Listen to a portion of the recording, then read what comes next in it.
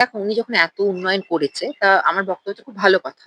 তা উনার তো এত অ্যাডভার্টাইজমেন্ট হলো, প্রচার হলো, তারপর তোমার হচ্ছে কি বলে বড় বড় হোর্ডিং দিচ্ছে, চারিদিক হোর্ডিং, তুমি দেখবে ছেলেদের টয়লেটের উপরে পর্যন্ত ওনার হোর্ডিং পড়ছে। তাহলে এত কিছু দেওয়ার পরও ওনার, তবু ওনার যদি না হয় এবার লোককে ঘরে গিয়ে পাঁচালি পড়াচ্ছে। তা আমি বাংলার মানুষকে একটাই বলবো, আপনারা বৃহস্পতিবার করে লক্ষ্মী পুজো করবেন না, তার বদলে ওনার ছবি রাখুন, রেখে আপনারা কি করুন, কলকি মাতা নাম স্তব বন্দনা করুন, এটাই হচ্ছে সব থেকে ভালো হবে। ওনার পাঁচালি করুন, নাম স্তব বন্দনা করুন, কাজে দেবে। আর কার্তিক পুজোর বদলে ওনার ভাইপোর এটা করতে বলুন, ভাইপোর পাঁচালী বা পড়তে বলুন, সব থেকে ওটাই সব থেকে মানে বাংলার মানুষের ভালো হবে।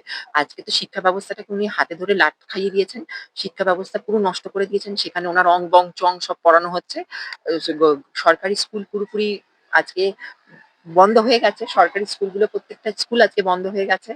তারপর তুমি যদি দেখো আজকে রাস্তায় সব মানে বেকারত্ব পুরো বেড়ে গেছে, মানে কোনো জায়গায় চাকরি নেই। উনি একটা শিল্প করলেন না, চপ আর কাশফুল বুঝবে সব শিল্প।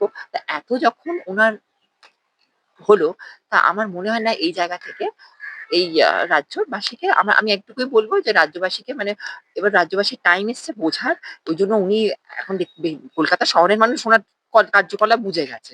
তা ওই জন্য ওনাকে কি করছে, মানে মানুষকে কনভিন্স করার একটা লেভেল থাকে, মানে দেখছে কিছুতেই কনভিন্স হচ্ছে না, একজন বাড়িতে গিয়ে ঢুকে গিয়ে মানে তাকে কনভিন্স করার চেষ্টা। এই পাঁচালিটা হচ্ছে লোকের ঘরে ঢুকে গিয়ে কনভিন্স করার চেষ্টা।